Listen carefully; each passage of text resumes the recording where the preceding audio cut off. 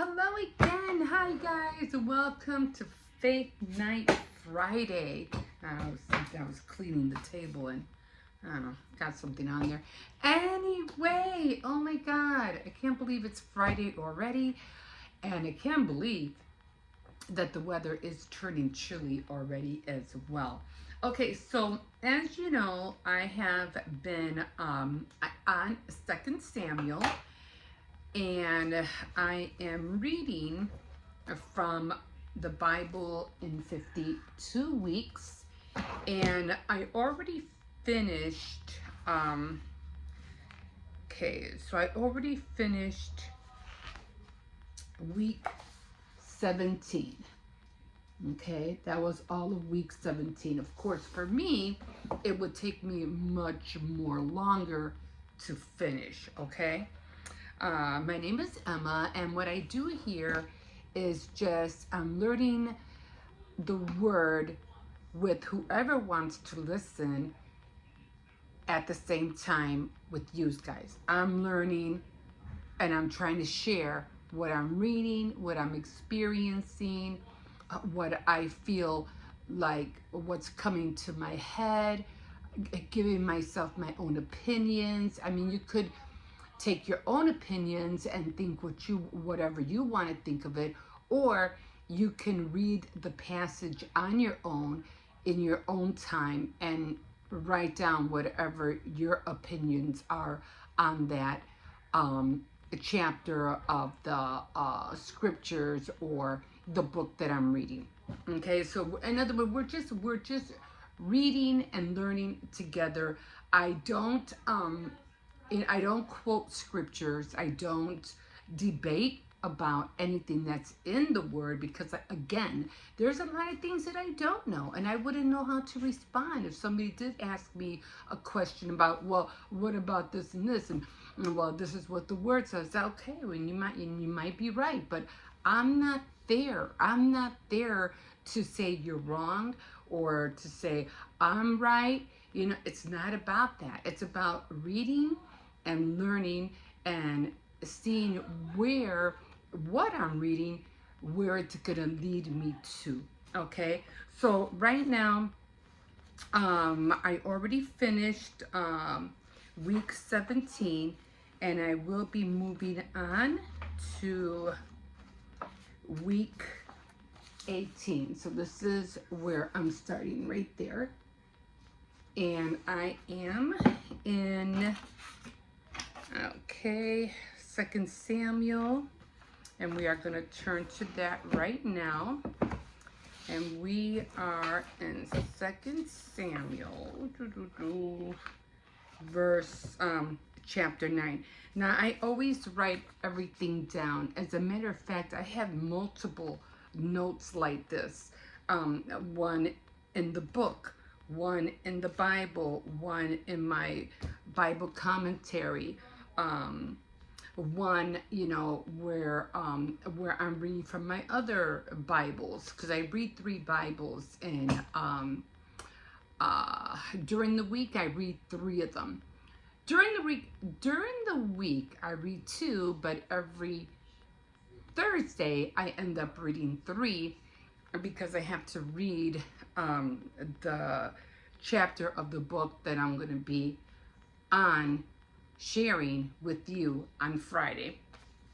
So that's how come I have it on here. I have it right there, Faith Night Friday. So this way I know where I'm at. Okay, so we're gonna just jump in, and I have been reading about how, because I think I had mentioned this before. I was always in the New Testament, and I was rarely in the Old Testament. And then I decided, I said, you know what, you've been in the New Testament for so many years. I think it's time you start reading the Old Testament. And this book was the one that got me into it. So I said, you know what, let's go for it. Let's just dive in, because I haven't. And it just so happens that I was always intrigued by King David. And I always wonder, how did he become king?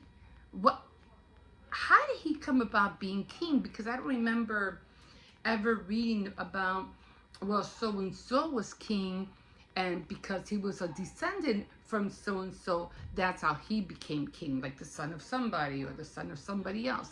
But it didn't play out that way. So I was like, wait a minute, I need to find out when and from who, what lineage did he come from that made him king. And it's just so funny because as I was diving into First Samuel, which I think did it start with First Samuel? I don't think it did. It started with Genesis, then it went to Exodus, then it went to Matthew, Leviticus, and then it went to Leviticus again, and went to Numbers. And I was doing all that. I was reading everything. I didn't really write anything down. And then I picked up again on Deuteronomy. And I was just doing this on my own. I wasn't even sharing this, with you guys at all. But then I decided, I think it was in Joshua. I started reading about Joshua and Judges. And then that's when I decided, you know what? I am going to start sharing and putting the word and sharing the word with you guys. So then I started reading Judges, Psalms, and I think I started with what was it? Was it week? No, I think it was earlier than that, actually. I don't know. I'll go back and I'll find out what book I started with, but I think it was with either Judges, because I know I was always talking about First Samuel, and the reason I was talking about First Samuel was because I was intrigued by Eli and was it Samuel? Samuel, who God was calling Samuel when he was asleep. Wasn't it him? Yeah, it was Samuel, right? Okay, so, and then I started reading about Saul. And then that's when I was finally finding out about King David. I go, oh, wow, this is where King David comes into play. And then I started sharing with you guys about how he became king. Okay, so that's how that was starting about. But I'll go back and I'll see what was the first book that I decided to share with you guys. I'll find out. Okay, so we're just gonna dive in. And again, here's another note with week 18, 2 Samuel chapter 9. Okay, so I already did read the ending from from 17. I already read that, and that was interesting. So I'm just gonna put this on here for now, because I was reading about and I know it's so hard right now because to hear about Israel and the Philistines, only because of everything that's going around in our world today, and with those countries. But again, which I will be doing, reading chronologically of how all the events occurred, and now I'm learning, like, oh, that's why, and oh, that's why, and how Israel and the Philistines became not enemies, but because they weren't really enemies, they just weren't, let's just say they just weren't on the same page, okay? And I know there's a word for it, but they just, even though they came basically almost from the same tribes, or, well, not really the same tribes, I wouldn't say that, but they came from, close to it, and they just weren't on the same page as the people from Israel. And as much as, it can be contradictory, and you could put, no, that's not true, whatever. Okay, you might be right. But there was just so many things that the Philistines didn't do back then that Israel did. And believe me, there's no excuses for Israel neither, because Israel did a lot of damage to themselves as well. They would, deny God. They would be good for a while and then deny him again. They would be good for a while and then they would fall back, to their old ways and not listen to God again. And they just kept doing it over and over and over again until this day. Which is, like we're seeing,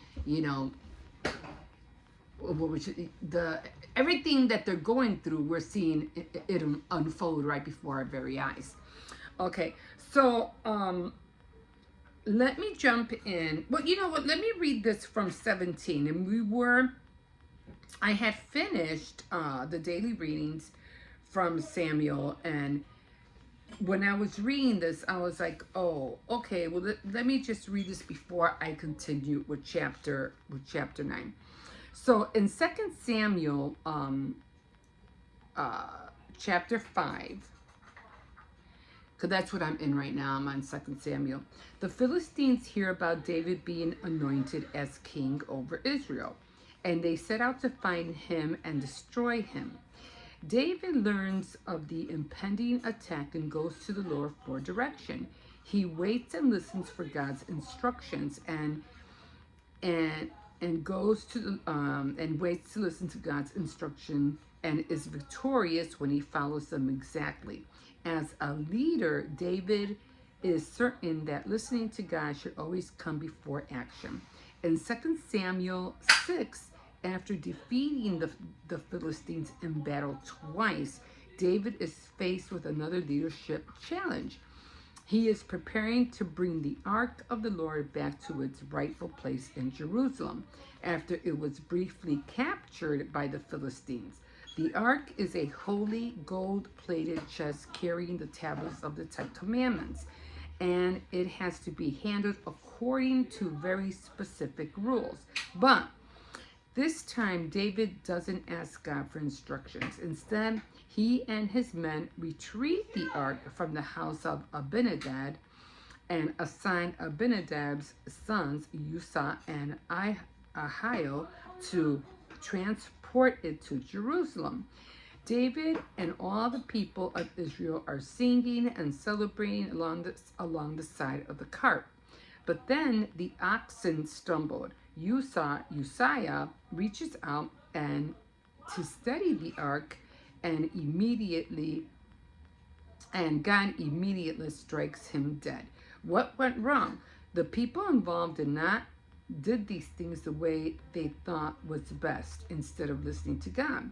The Lord had laid out rules for transporting the ark, and they did not include putting it on a cart. It may have been convenient for David and his men to move the cart this way, but it wasn't how God told them to do it. What God did tell them was that no one could touch the ark. See Numbers 4:15 to 4:15. I just got lost. When Uzzah reached out to keep the ark from falling, he made a split-second decision that he thought was right, but it cost him his life. Both these passages clearly illustrate why it behooves us to pray before we act. Proverbs 3:5-6 says, "Trust the Lord with all your heart and lean not to your own understanding. In all your ways acknowledge him, and he shall direct your paths."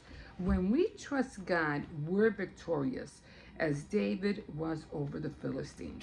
Unfortunately, sometimes we overlook some of the directions we've received. We begin to do things out of convenience instead of how we've been instructed. This is a classic example of how our disobedience to God affects everybody around us. Now, make sure you listen to that. Again, I'm going to read that. This is a classic example how our obedience to God affects everybody around us, including our families, our co-workers, and our fellow laborers in ministry. We should make sure we're hearing from God and following His directions, not based on what we feel or think, but on what He says. And when it seems like God is not speaking, you've got to recall what He has already said. It has to be His way, because His way is always right. Okay, so that's something to remember, because especially in this day and age, as much as we want to say, we don't need to hear anybody, we don't need to listen to anybody, or listen to anybody. I know what I'm doing. You don't have to tell me what to do. I'm doing it my way, and, whatever, And that's how we are being almost led to grow up in these generations. We don't want to hear what anybody has to say.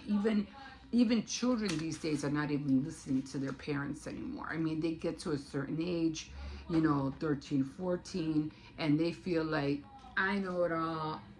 I don't have to listen to you, and it's their way, and that's it. Little do they know that even their parents can't, tell them anything, because they already have it in their head that they're not going to listen. They're not going to listen to your instruction. That's sad. Okay, so we are going to move on, and we are in. This is not a long one. It's a very short chapter. Okay, so we're dealing with David and Mephibosheth. Okay, so one day David asked, "Is there anyone left in Saul's family? If there is, I would like to show him kindness for Jonathan's sake." Now, Jonathan was Saul's son, and he was killed along with his father. And Saul was once king, but again, Saul wasn't really equipped to do ministry like he should have been. He just kind of like winged it, and then when he was called to be king, he was like, yeah, okay, I'll be king. Sure, why not? If that's what you want, I'll be king. And he took advantage of it, and he did whatever he pleased with it. Oh yeah, he won some battles and stuff like that, and everybody was, yay, King Saul, King Saul. But when David came in, he won more battles than Saul, and Saul ended up getting jealous of David. When he did the thing with Goliath, and then all the women were cheering and yay, David, David, and he, got jealous. He got mad. He even wanted to kill David. And David was like, I have been a servant of yours like forever, and why are you treating me like this, And no fault to David. David didn't do anything wrong. But his son Jonathan became very, very close with David, almost like a brother, more than a brother. I mean, they were almost like thick as thieves, thick as they were just so hinged together, so tight that they could have been like one person. That's how much they really loved each other. Now, I'm not saying in that way, but I'm saying like you loving a friend, like really liking that friend because you guys get along, you think the same way, you do everything together, that kind. So that they were really thick as best buddies, best friends, whatever you want to call it. But and when Jonathan died, you know, that hit David very, very hard. It also hit him very, very hard when Saul died, because he was like, he might have been what he did, but you know, he was still my king, you know. So he didn't never ever mean to do any harm to King Saul whatsoever, even though King Saul like twice tried to kill him. Okay, so I would like to show him kindness for Jonathan's sake. There was a servant of Saul's family named Ziba, and he was told to go to David. "Are you Ziba?" the king asked. "At your service, sir," he answered. Then the king asked him, "Is there anyone left of Saul's family to whom I can show loyalty and kindness, as I promised God I would?" And Ziba answered, "There is still one of Jonathan's sons. He's crippled." Where is he?" the king asked. "At the home of Machir, son of Amiel in Lodebar." Ziba answered, so King David sent for him. When Mephibosheth, son of Jonathan and grandson of Saul, arrived, he bowed down before David and respected David. And before he bowed down before David in respect. David said, "Mephibosheth," and he answered, "At your service, sir." "Don't be afraid," David replied. "I will be kind to you for the sake of your father, Jonathan. I will give you back all the land that belonged to your grandfather Saul, and you will always be welcome at my table." Mephibosheth bowed again and said, "I am no better than a dead dog, sir. Why should you be so good to me?" Then the king called Ziba, Saul's servant, and said, "I am giving Mephibosheth, your master's grandson, everything that belonged to Saul and his family. You and your sons and your servants will farm the land for your master Saul's family and bring in the harvest to provide food for them. But Mephibosheth himself will always be a guest at the table." Ziba had 15 sons and 20 servants. Ziba answered, "I will do everything your majesty commands." So Mephibosheth ate at the king's table just like one of the king's sons. Mephibosheth had a young son named Micah, and all the members of Ziba's family became servants of Mephibosheth. So Mephibosheth, who was crippled in both feet, lived in Jerusalem, eating all meals at the king's table.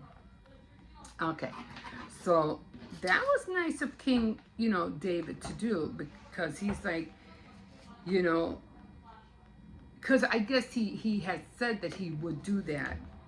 I think, well, let's find out what the commentary has to say.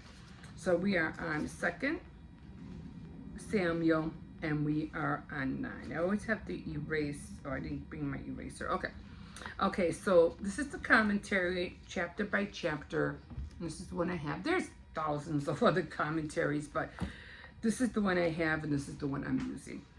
Okay, so kindness is the key theme of this chapter. Kindness is a fruit of the Spirit and an evidence of love. David was practicing what is taught in Ephesians. This event illustrates God's kindness to us in Christ. As a part of the family of Saul, Mephibosheth had no claims on the kingdom, yet David treated him like one of his own sons. He did it for the sake of Jonathan, in order to keep his covenant. God has saved us from the sake of his son, a part of eternal covenant of redemption. Mephibosheth did not need to fear because David would keep his word. The lame prince would have all his needs met and sit with the king every day. There was nothing to worry about. In the light of Ephesians, why should you worry? Henry Drummond wisely stated, the greatest thing a man can do for his heavenly Father is to be kind to some of his other children. Okay. So I guess he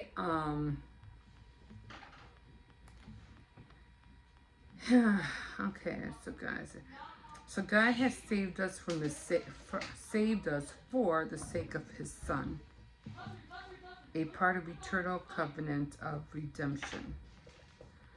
Okay. So when we go back, what was this one? Chronicles, that's Chronicles. Where was the...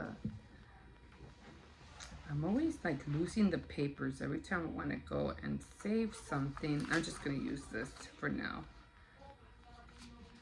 Okay, so let's go back. Okay, one day David asks, is there anyone of Saul's family? If there is, I would like to show him kindness for Jonathan's sake. Okay, so after everything was said and done, he wanted to, show kindness to the family, whoever was left, to kindness to for the sake of Jonathan. So that's why Mephibosheth was chosen. Okay, so that's where we are at that. And it's so interesting because right now, as I was thinking about, everything that David is going to be doing, soon, and that's about, because you have to remember, he was transporting the ark, but later on, he wants to build a temple, and he wants to stop hitting the table. He wants to build this temple, and where is that? Oh, I put it in here. And it just surprises me because I was at one point, I've been having these dreams about not temples, but houses and rooms and things of that. Hey, but can you move your feet, please? Can you move up, because you keep hitting the table and you're moving it. Okay. And all these rooms, and then I was reading about how King David wanted to build a grand place somewhere to put the ark in. And as I'm reading the scriptures of how he's going to make the temple, he was describing it as all the rooms and how big they're going to be, and how, what they're going to be made out of, and so forth. And not even only inside, but outside, and rooms and courtyards. And I'm like, that's a hippo, please. Okay, be more aware. And then it got me to thinking of all the rooms that I was having dreams about. Now it's like, that's so funny, because I was just having dreams about rooms and big rooms and rooms, walking into one room, and you go through a door and there's another room. You go through another door and there's still another big room, and all these rooms. And how big this temple was going to be built. Now it's still, just caught me. It was just ironic. So I was thinking more again about, rooms and houses and homes, and how big, how small. But then you're still hitting it, Hippo. I hit the chair. Okay, well, don't hit anything. Okay. So, and then I was seeing all the homes that were like in our country alone, okay, how many homes abandoned houses, abandoned homes, abandoned buildings there are in this country. And you talk about Baltimore, Detroit, Cleveland, and I'm sure there's vast of other, like what do they call it, like ghost towns, where there are buildings, there are homes, but nobody lives in them, and they're like dead. There's no life in those buildings. There's nothing there. And then it got me to thinking about in Genesis when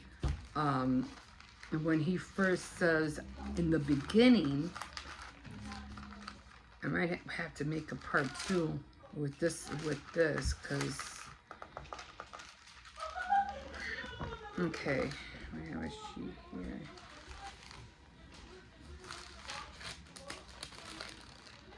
I have to stuck together here. Okay, it says in the beginning when God created the universe, the earth was formless and desolate. The raging oceans that covered everything was engulfed in total darkness. And the power of God was moving over that water. Okay, so it was formless, like void. It was formless and desolate. Now, when I think about, all those places that are the same way, they're like, I mean, if we let our earth become that way, well, we might as well just go right back to how we initially started, formless and desolate, because that's how those places are.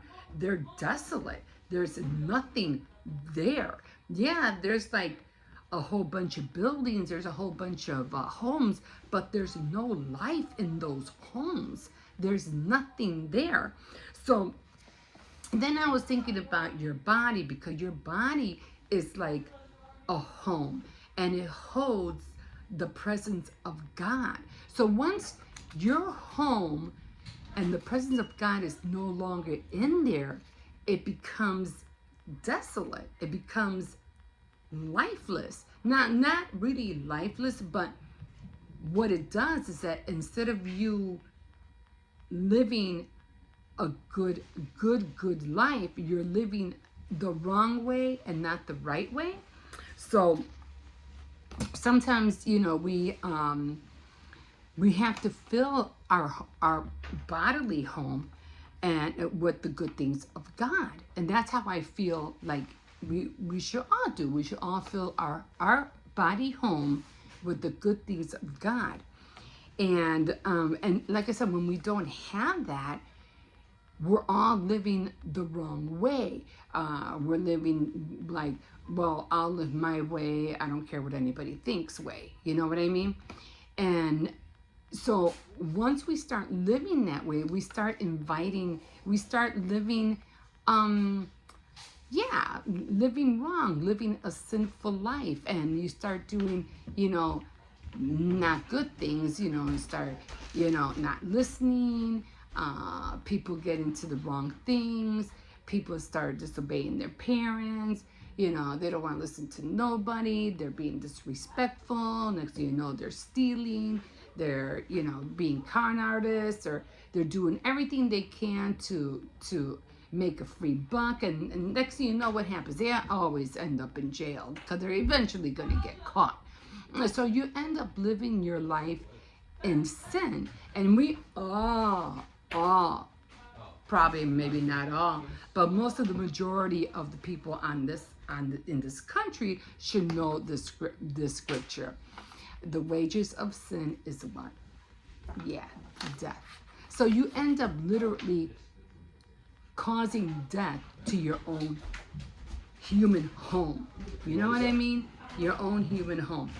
But when you fill it with the presence of God, when you fill it with the good things of God, not only do you're seeing good, you're experiencing good things and stuff, but it also, you end up inventing things, you end up creating things, you end up um, filling your home, with treasures. And I don't mean you're here, but well, you could fill in, heavenly treasures in your body, but you're also filling treasures in your physical home.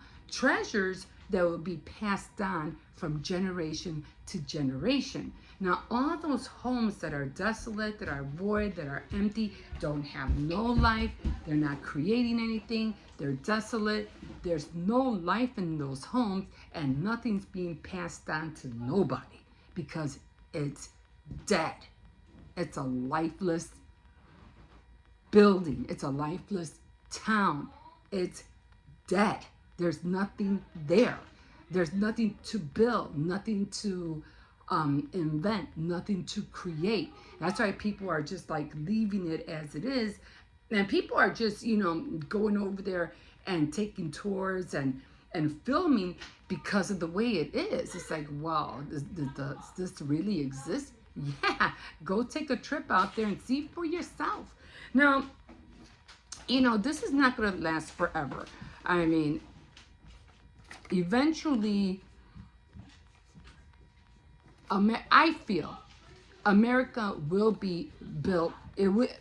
I believe America will be great again. It will. People are going to start doing things. People are going to start building things.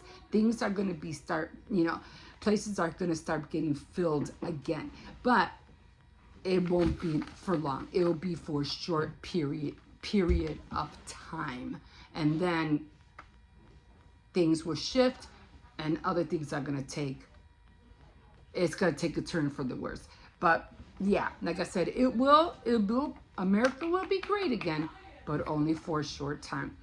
But so yeah, that's what I wanted to share with you guys. So just feel, just remember that you want to fill your life with things that are going to help you be productive, to build, to invent, to create. And believe me, those things will happen, but you have to be strong and you have to do the work. And I was just thinking about that because I had missed a lot of days on my track journal, my journal tracker. And I was like, holy cow, I missed 14 days of not from my track journal. And I go, that's bad. And then I was reading passages, and then it was sharing a passage that I read, and it says, be strong and do your homework. And I was like, okay, do your work. And I was like, all right, got the memo. So now I'm like, nah, I just got it from up there. Yeah, let's not let that happen again. At least not too many days. Okay, let's do better than that. Got it. Okay, noted. So that's all I have for you today, guys. I do have more, but I don't want to overwhelm anybody. But if you did enjoy this, I'll be back again next Friday, and we'll get into more things as we learn together. And I will always enjoy to share with you what my opinions are, what I feel I'm learning, and I'll share it with you. Okay, guys, so like a fish in the sea, so glad you caught me, and we will see you next time on Faith Night Friday. Bye. Bye, guys. Please subscribe.